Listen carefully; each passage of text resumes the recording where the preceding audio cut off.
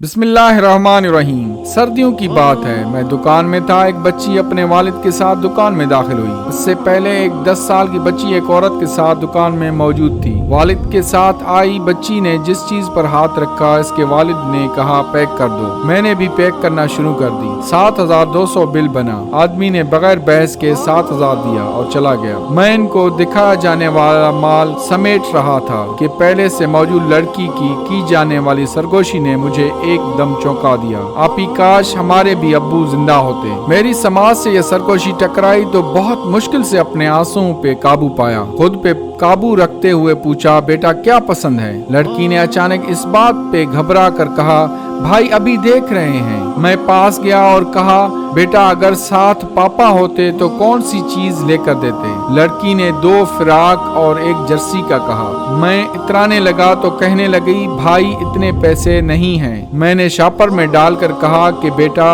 आपके अब्बू ने मेरे कान में कहा कि आप इनको चीजें दे दें, मैं आपको पैसे दे देता हूँ। मगर भाई वो तो मर गए हैं, लड़की बोली। मैंने कहा, नहीं बेटा, किसने कहा है कि बच्चियों के सुपर हीरो मरते हैं? वो जिंदा हैं, तुम्हारी हर बात सुनते हैं। ये कहकर मैंने शॉपर इसकी तरफ बढ़ा दिया। इसके चेहरे की खुशी शायद मैं ता दम आखिर भी भुला पाऊं।